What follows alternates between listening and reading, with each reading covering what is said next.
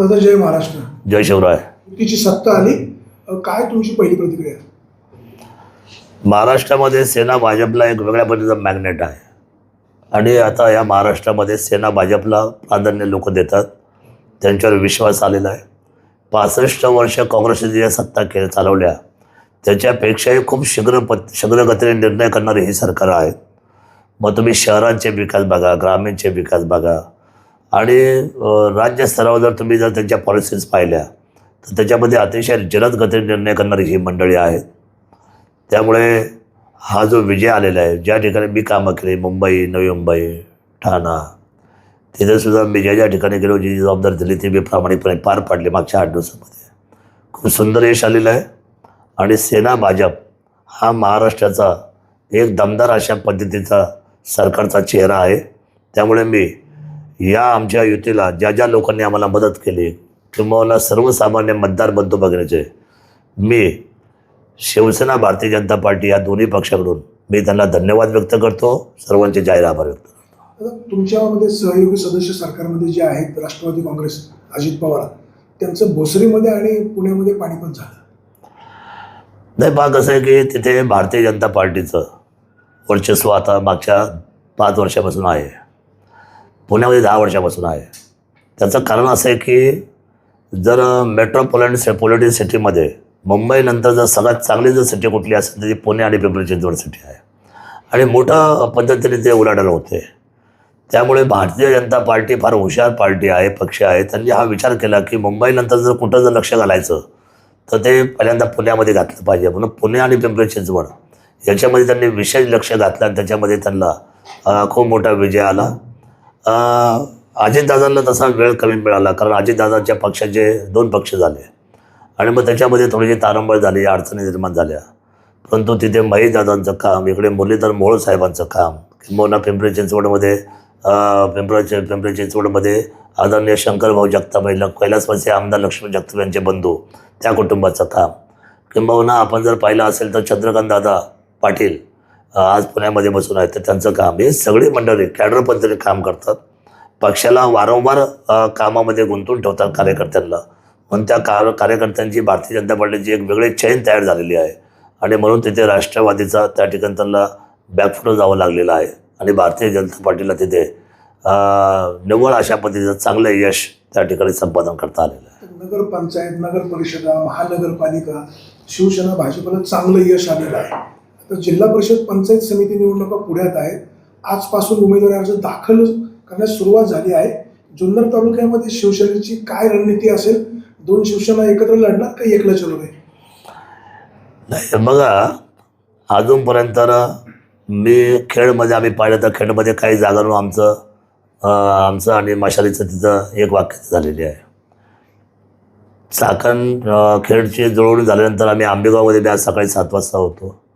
तिथेसुद्धा राष्ट्रवादीच्या वर्सेस तुतारे, जरी ते दोघं एकत्र असायचं पण त्या तालुक्यापुरते देवदत्त निकम साहेबांना सांगितलं की आम्हाला आमच्यामध्ये काही द्वंद्व असल्यामुळे आम्हाला एकत्र येणार नाही. मग त्यांनी मशालीबरोबर आणि शिवसेनेबरोबर जुळून घेतलेलं आहे, तर तिथेही आमची युती झालेली आहे. राहिला विषय जुन्नरचा, तर मी आजच आलो आहे मुंबईवरून.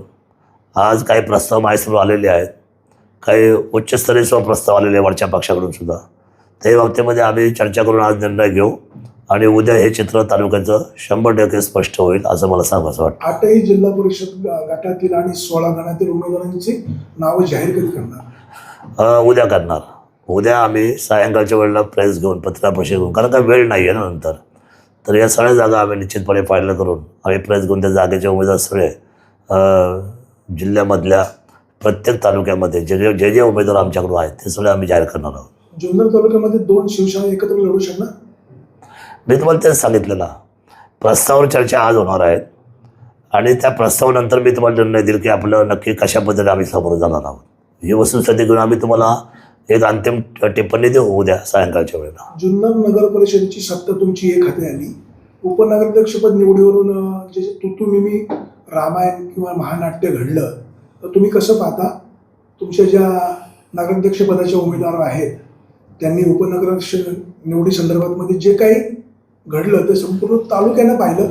शिवजन्मभूमीमध्ये एक वेगळं चित्र किंवा तालुक्याची इमेज पण डॅमेज झाली? नाही बघा, ना तालुका डॅमेज होत ना तालुक्याचा माणूस डॅमेज होत, प्रवृत्ती डॅमेज होते. सन्माननीय मधुकर पांडुरंग काजळे यांना आत्तापर्यंत शिवसेनेने नेहमी का डावललं याचं उत्तर आम्हाला आज मिळालं. एक तर त्यांना कोणी उमेदवारी द्यायलाच तयार नव्हतं. मी स्वतः एक पाऊल पुढं करून जो माणूस 40 वर्ष पक्षासाठी काम करत आला आहे, हिंदुत्वासाठी काम करत आला आहे, त्या कुटुंबाला तिकीट द्यावे म्हणून मीच आग्रह केला आणि सगळी जबाबदारी घेतली. खालचे सगळे आम्ही संपूर्ण पॅनल उभं केलं आणि ते पॅनल उभं करून झाल्यानंतर त्या पॅनलच्या वेळेस त्यांनी सुरुवातीपासून मला आतमध्ये जायचं आहे, माझी बायको पण पाहिजे, मी पण पाहिजे. तर म्हटलं बघा, ही लोकशाही आहे, तुम्हीसुद्धा पाहिजे, तुमची बायकोसुद्धा पाहिजे, हे चित्र काही चांगलं नाही वाटणार.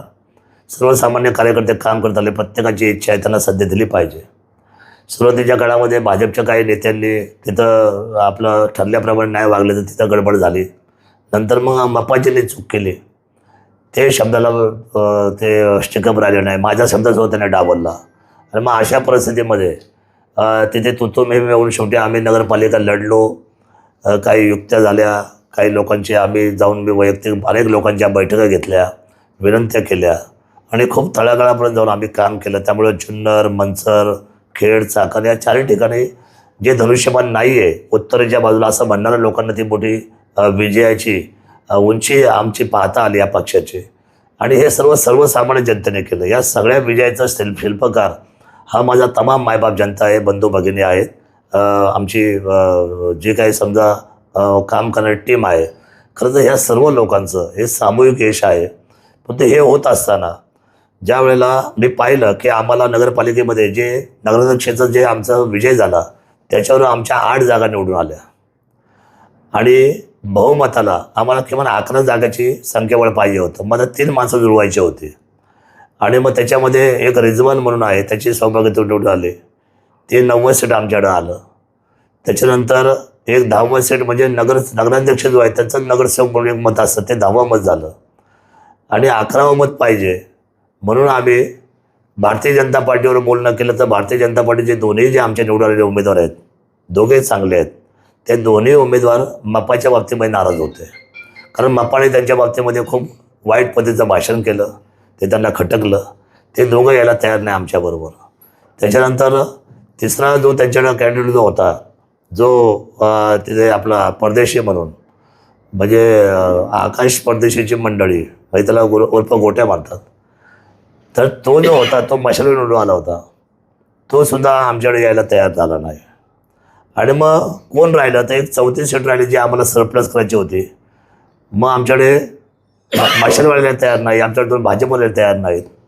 मग शेवटी नायवला हे गणित चुकतं हे माझ्या लक्षात आल्यानंतर आणि मपावरची नाराजी पाहिल्यानंतर मी स्वतः जमीर कागदेंच्या घरी गेलो.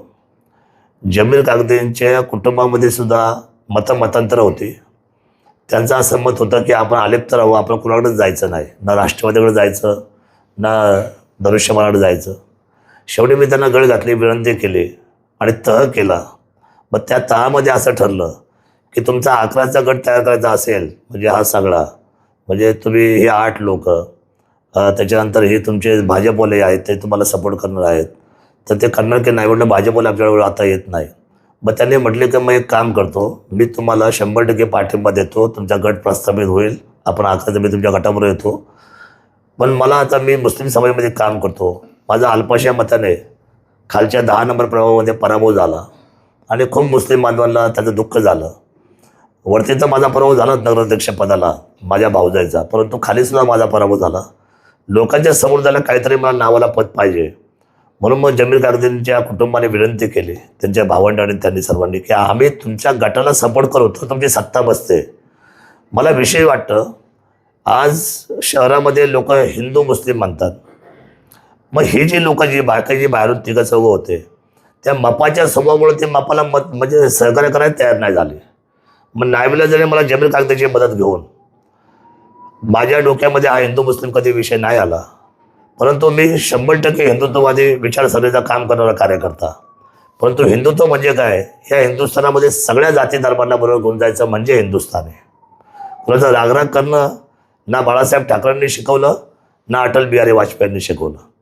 तर आम्ही ज्या हिंदुत्वाचा विचार करतो ते हिंदुत्व म्हणजे सर्व जाती जमातीला बरोबर घेऊन जाणं म्हणजे हिंदुत्व आहे. हे छत्रपती शिवरायांच्या स्वराज्याचं हिंदुत्व आहे.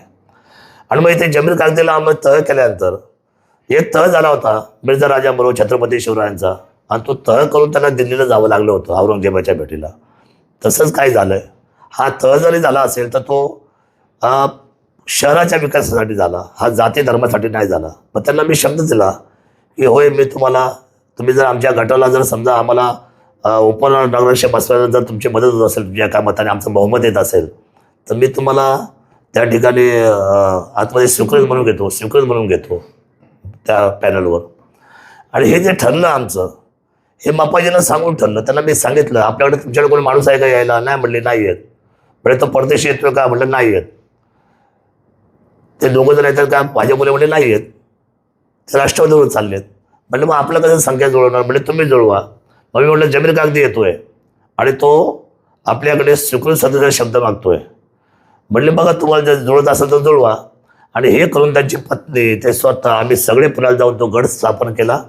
त्यांना मी शब्द दिला. या बाबतीमध्ये कळंबला मी काय बैठक घेत होतो मंत्रच्या लोकांच्या, तिथं मी मापाजींना बोलवलं. तिथे बाबुराव पाटे होते. बाबुराव पाटे हे तालुका प्रमुख आहे आमचे. त्याच्या समोर हे घडलं आणि त्यांना सांगितलं की उपनगराध्यक्ष आपला सिनियर म्हणून आपल्याला अलकाताईला द्यावं लागेल आणि स्वीकृत म्हणून आपल्याला जमीर कागदी यांचा विचार करावा लागेल, कारण त्यांनी आपल्याला आता या संख्याबळ जुळवायला किंवा आपलं बहुमत आणायला सभागृहातलं त्यांनी आता मदत केली. आता आपल्याला त्याचं उत्तरही व्हावं लागेल. तर ते म्हणजे ठीक आहे, तुम्ही निर्णय घेतलाय, तुम्ही पक्षाचे प्रमुख आहे, आमची काही अडचण नाही. सह्या झाल्या, गट झाला. उपनगराध्यक्षाच्या निवडणुकीच्या आधी आम्ही एकत्र बसलो, परंतु मापाजींनी गद्दारी केली. कुणाशी? मतदारांशी, धनुष्यबाणाशी. बरं, आज उद्या सुद्धा समजा ही निवडणूक त्यांच्यासाठी उभी करा, परत लोक त्यांना मतदान करणार नाही, कारण लोक त्यांच्या पाठीमागे तेवढ्या ताकदीने का नव्हती.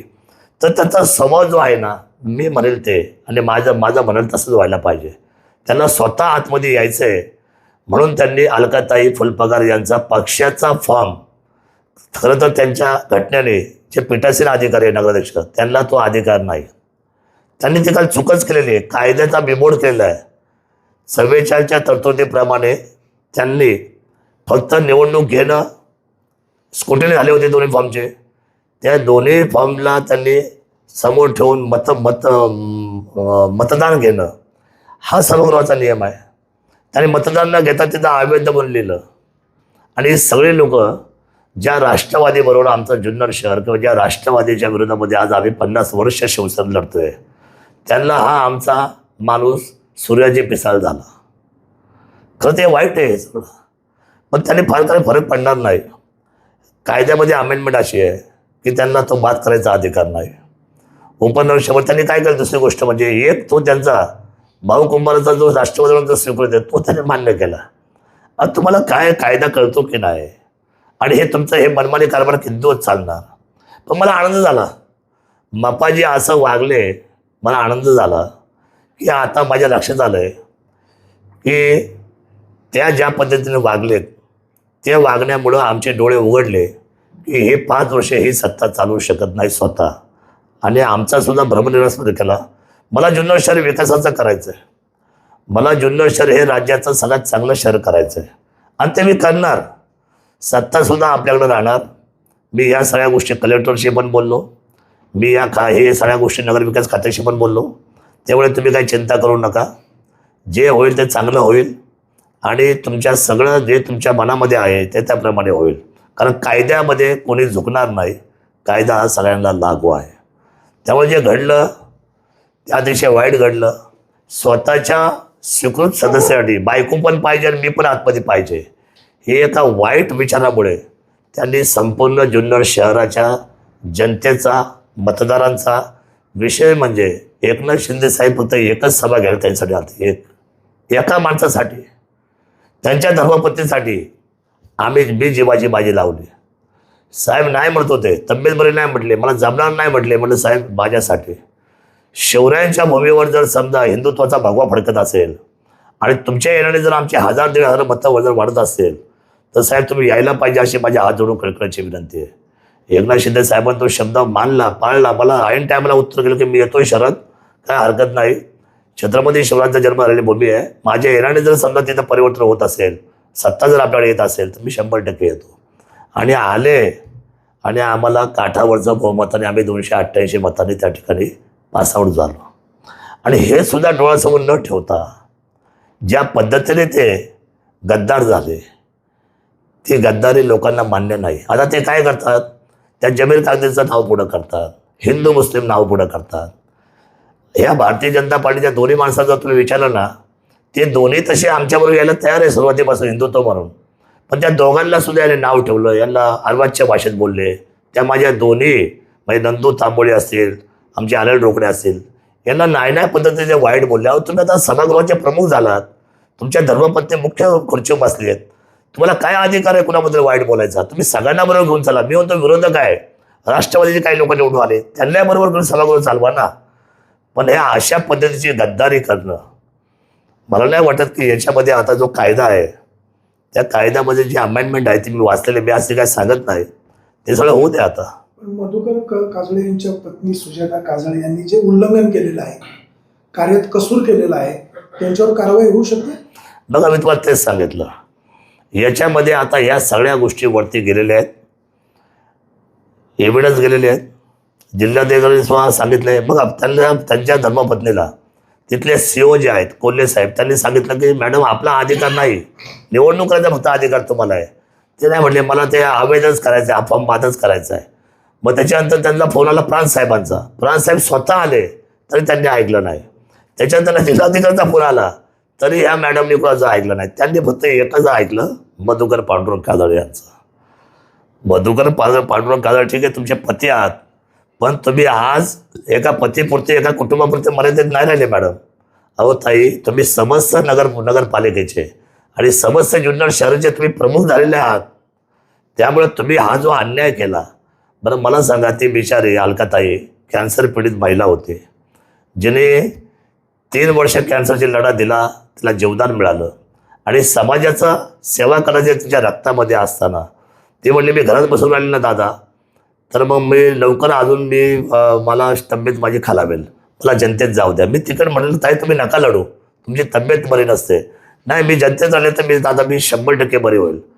हे कॅन्सर पीडित महिलेला ज्या पद्धतीने वागणूक कालच्या सभागृहामधून तुमच्या त्या ठिकाणी राईट्स नसताना घटनाबाह्य तुम्ही ज्या पद्धतीने मॅनेज होऊन गद्दारी करून तुम्ही पती पत्नीने जो कारभार केला, त्याला जनता ही शिवभूमी कधीच माफ करणार नाही.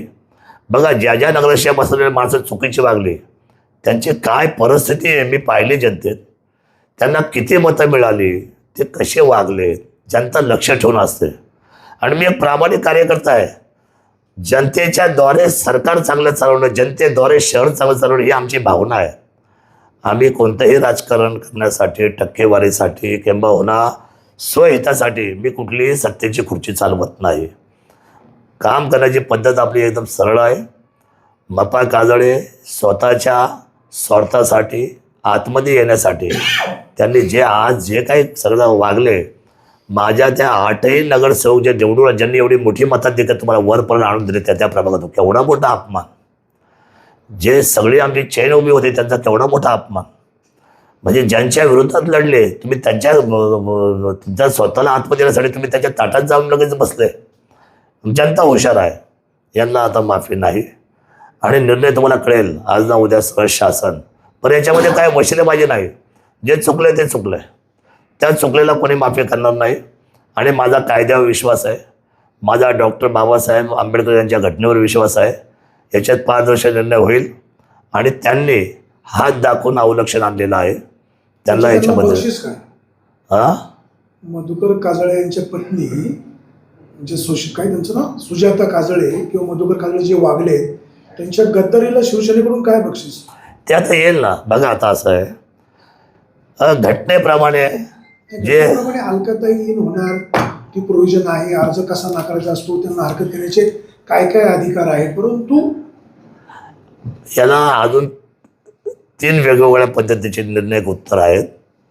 ते तुम्ही जे सांगते आता हे एक उत्तर आहे, अजून 2 उत्तर आहेत. पण मी तुम्हाला सांगतो, मप्पा काजळे बदनामीने आणि विशेष म्हणजे त्यांच्या ह्या गद्दारीमुळे आयुष्यातून त्यांच्या लोकजन्म व्यवस्थेतून स्वतःच्या हाताने स्वतःच्या पायावर धोंडा पाडून घेतला आहे. आणि याला कोण कारणीभूत नाही? त्यांची लालच आणि त्यांचा मीपणा. त्यांना सोबत घेऊन शिवसेनेने चूक केली. त्यांना शिवसेनेने केव्हाही संबंध घेतलं होतं ना. सोबत इथून मागच्या 40 वर्षाची शिवसेना म्हणतो त्यावर तुम्ही त्या बाप्पा विश्वास नका ठेवू. तो माणूस एकदम म्हणजे हे काही गोरा आहे. त्या माणसाला कोणी उपकार केल्याची जाणीव राहत नाही. तुम्ही दादा त्याला महत्त्व देऊ नका, त्याला स्थान देऊ नका.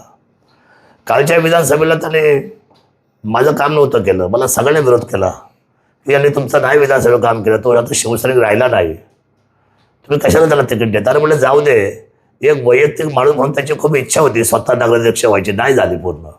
मागच्या वेळेला बिचारा 70 मताने पडला होता. देऊ एकदा संधी आपण त्याच्या कुटुंबाला त्याच्या रूपाने. ही माझी भावना आणि ही भावना माझ्या अंगलट आली. आता इथून पुढे ही भावना न ठेवता मी अतिशय जबाबदारीने या सगळ्या गोष्टी निर्णय करेल. आणि कोण पाण्यात देव बुडून बसले असेल की उपनगराध्यक्ष आमचा होईल, नगराध्यक्ष आमचा होईल, ते होणार नाही. कारण जनतेने तुमच्या विरोधात कौल दिलेला आहे. पुन्हा एकदा या सगळ्या प्रभावी कामकाजामध्ये शिवसेनाच काम करेल एवढा 1,00,000% विश्वास आपल्याला देतो. शेवटचे 2 प्रश्न आहेत. त्याचा पहिला सेकंड प्रश्न, जिल्हा परिषद पिंपळवंडी गटातली उमेदवारी पिंपळवंडी गटात की आळेला, आणि पिंपळवंडीत असेल तर मयूर पवार की मंगेश काकडे? बघा, मी आपल्याला सांगतो, मी तो नेता नाही आहे की तुम्हाला एका गटापुरतं बोलेल. मी जिल्ह्याचा नेता, राज्याचा नेता. मला जिल्ह्याचे प्रेस घ्यायचे आणि एक माझ्या तालुक्याचे प्रेस घ्यायचे. तुम्हाला उद्या संध्याकाळी या सगळ्या प्रश्नाचे उत्तर मिळाले जातील. दुसऱ्या एक तालुक्यामध्ये मुद्दा असा आहे की आशाताई बुचके गेले 4 टर्मला जिल्हा परिषद सदस्य निवडून आल्या. त्यांचं वय पाहता, योगदान पाहता त्यांना बिनविरोध जिल्हा परिषद सदस्य पाठवावं असं सगळ्याच राजकीय पक्षांनी पाठिंबा दर्शवलेला आहे. सगळ्यांचं लक्ष आमदार शरददादा सोनवणे यांच्या भूमिकेकडे लागलेलं आहे. बघा, मी तुम्हाला सांगतो, आशाताईंचं फार काय वय नाही आहे. त्या माझ्यापेक्षा अवघ्या 4 वर्षांनी मोठे आहेत. ठीक आहे, त्यांना आता शारीरिक आजारपणामुळे त्यांनी किती वर्ष निवडणूक लढणार. त्यांनी आत्तापर्यंत 4 वेळा जिल्हा परिषद लढल्या. त्यांना जनतेने मदत केली.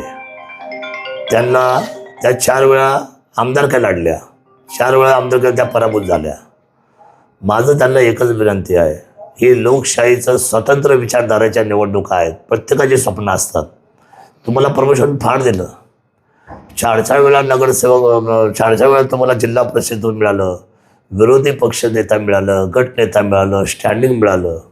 4 वेळेला तुम्हाला त्यापैकी 2 वेळा तुम्हाला शिवसेनेच्या अधिकृत विधानसभेची आमदारकी तिकीट मिळाली आणि 2 वेळा तुम्ही अपक्ष लढल्या. मग मला सांगा, अजून याच्यापेक्षा काय अपेक्षा तुम्ही केल्या पाहिजेत? मला असं वाटतं प्रामाणिकपणे, मी पण त्यांचा हितचिंतक आहे. त्यांनी आत्ता आपल्या तब्येत लक्षात घेता, कोणी काही म्हणाले, हवा बनणारी माणसं खूप आहेत आजूबाजूला, ते काय दोन्ही बाजूने बोलणारे असतात. पण मी सांगतो, त्यांनी निवडणूक सोडून दिली पाहिजे आणि त्यांनी राजकारणामध्ये थांबलं पाहिजे आणि आपली स्वतःची तब्येत सांभाळली पाहिजे. असं माझं त्यांना कौटुंबिक नात्याने, एक भाऊ या नात्याने, त्यांचे शरीर, त्यांची तब्येत पाहता मी त्यांना पाहतो की त्यांना उठता बस येत नाही. त्यांच्या शरीराची मी जे आता परिस्थिती पाहतो, उद्या ते काय करतील, निवडणुकीमध्ये येतील, एका जागी खोली टाकतील, रडतील, भावनिक होतील. आणि माझी शेवटची निवडणूक आहे. माझ्या समोरताने 4 निवडणुका मी अशा म्हणे का ते शेवटची निवडणूक दरवेळेला म्हणायला विसरले नाहीत. जी लढेल ती शेवटची निवडणूक, जी लढेल ती शेवटची निवडणूक. पण त्यांच्या मनातली ती शेवटची निवडणूक काय व्हायला मागत नाही. आणि ते काय त्या स्वतःच्या असलेल्या प्रत्येक खुर्ची, म्हणजे निवडणुकीमध्ये आमदारकी मलाच पाहिजे, जिल्हा परिषद मलाच पाहिजे, नारायणगावच्या गटात सुद्धा मीच लढेल, आगर विभागात सुद्धा मीच लढेल, हा जो मीच लढेल माझ्याशिवाय कोण नाही ना, ही जी विचारधारा आहे ती मला असं वाटतं ती फार कष्टप्रद आहे. त्यांनी स्वतःच्या तब्येतीचा आतून आवाज घेतला पाहिजे. निवडणूक येतात, निवडणूक जातात, तुम्हाला तुमचं नाव झालं आहे, तुम्हाला लोकांनी जिल्हा परिषदेमध्ये अनेक वेळा काम करताना पाहिलेलं आहे. आणि जे लोक बिनविरोध म्हणतात करायचं आहे, त्यांनी कुठल्या गटामध्ये त्यांना बिनविरोधसाठी ते सोडून देणार आहे. समजा ओतूर गटातून सत्यशील दादा त्यांचा गट आहे आणि हिवरे बुद्रुकसुद्धा ओतूर गटामधून आहे. ह्या दोघांनी सोडून द्यावं, मला सांगावं, फायनल निर्णय झाला आहे, त्याच्या दोन्ही नेत्यांशी बोलून मी निर्णय घेतो त्याच्यात अंतिम. मी आमदार आहे, मी तर निर्णय सगळं सोडून. अहो, त्यांचं गाव कोणतं आहे? बघा. कोणत्या येते? अतुल बेनकेचं गाव हिवरे बुद्रुक आहे. शेरकरांच्या बघा, वल्लभशेठ मधल्या काळामध्ये आपल्याला सोडून गेले, तर त्यांचा आंतरविधीचा कार्यक्रम हा नारगावला नाही झाला, हा कुठे झाला? हिवऱ्याला झाला. त्यांचं गाव कोणतं आहे? हिवरे. हिवरे बुद्रुक आहे. सत्यशील सरकर दादा कुठल्या गटात आहे? त्यांचा गट एक आहे. त्या दोघांनी सुरुवात केली ना त्यांना बिनविद्या. तर इतर ठिकाणच्या कार्यकर्त्यांना तुम्ही कशाला वाऱ्यावर सोडता? त्यांना कशाला विचारला मारताय?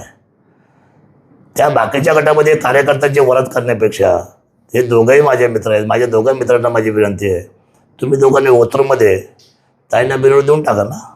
तुमचा पाठिंबा असेल? अरे त्याच्यानंतर मी निर्णय केला. आज पुढं कशातच काय नाही. म्हैस पाण्यात मी कसं काय पाठिंबा दिलं? मी काय एवढा वेळा आमदार बसलो इथं? म्हैस पाण्यात आणि सौदा बोला, असं कसं बोलणार? त्या दोघांना मला निर्णय द्या, तुमच्या गटातून द्या, निर्णय करा, त्या दोघांची संमती आणा जाहीर पब्लिकमध्ये, आणि मग माझं उत्तर घ्यायला या. मग मी पाहतो काय करायचं ते. शेवटचा प्रश्न, जुन्नर नगर परिषदेमध्ये तुम्ही बाजी मारलेली आहे. आता जिल्हा परिषद पंचायत समिती झडपीच्या 8 जागा, पंचायत समितीच्या 16 जागा. काय तुमचा विश्वास काय सांगतो, किती जागांवर बाजी मारा? बघा, मागच्या 5 वर्षाचा अतुल बेनकेचा स्पेल अतिशय फेल्युअर झालेला आहे. आणि त्यांना काही जरी विचारलं ना, कोणी नाही, मी अजितदादा करतील, अजितदादा करतील. मी माझ्या आयुष्यामध्ये कधीच म्हटलो नाही का शिंदे साहेब करतील, उद्धव साहेब करतील. मी असं म्हटलं की इथला निर्णय मी करेल. बघा, 4 नगराध्यक्ष मी हे मर्यादित राहिले. इतक्या वर्षाचं कुटुंब हे जुन्नर पुरतं मर्यादित राहिले. आणि माझ्यासारख्या काल नवख्या माणसाला जुन्नर, मनसर, खेड, चाकण 4 जबाबदाऱ्या 4 मिळून दिल्या पक्षाने. त्या 4ही जिंकल्यानंतर मला आता 60 नगरसेवकची मुंबईमध्ये जबाबदारी अधिकृत पत्राने मला आली. म्हणजे मी कुठे चाललोय काम करत? काम ही भावना असली पाहिजे. काम म्हणजे हे टिंगल नाही, हा काय पोरखेळ नाही, ही जबाबदारी आहे. आणि मग बेनक्यांचं काम पाहता मला नाही वाटत की 8 जिल्हा परिषद गटामध्ये बेनकेंच्या विचारांना कोण मतदान करेल. मला असं वाटतं की या सगळ्या 8 जिल्हा परिषद गटामध्ये शरद सोनवणे काम करतात. शरद सोनवणेमुळे ह्या 4ही गटामध्ये जर खाली जर जिल्हा परिषद सदस्य दिले, पंचायत समितीचा जर आपण सभापती दिला, तर या तालुक्याला एका चेनमध्ये, एका साखळीमध्ये, एका लाईनमध्ये एकदम शीघ्रगतीने आपला विकास होऊ शकतो.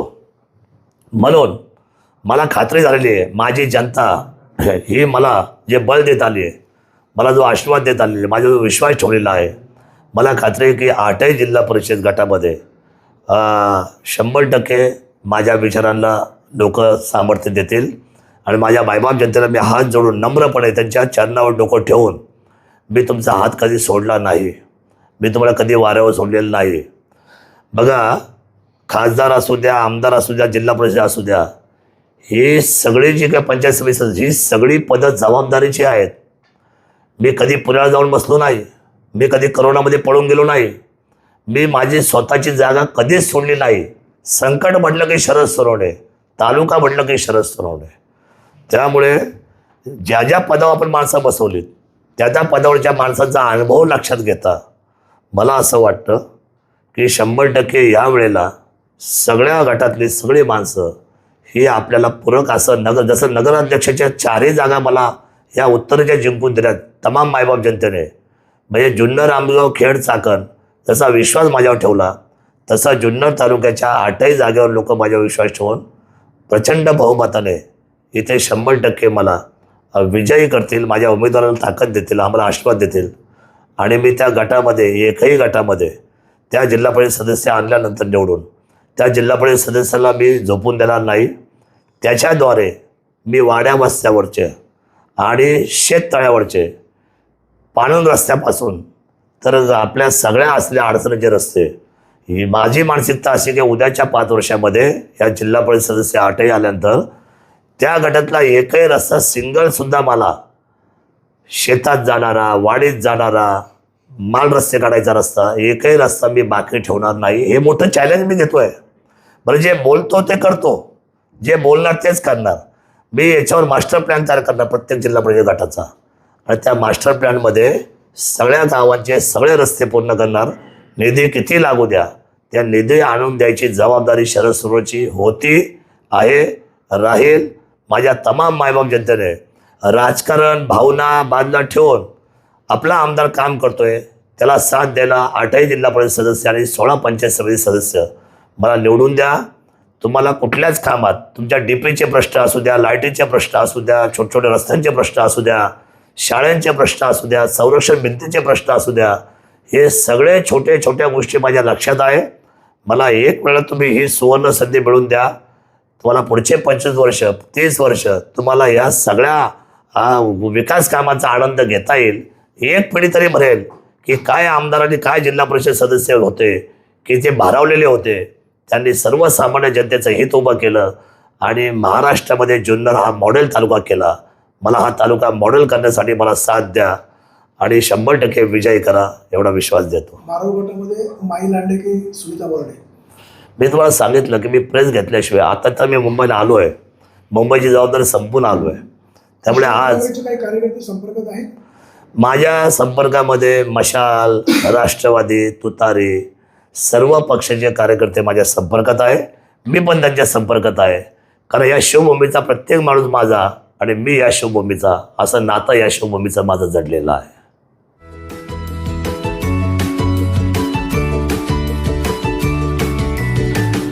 बातम्या शेतीच्या, बातम्या मातीच्या, बातम्या अन्यायाच्या, गुन्हेगारीच्या,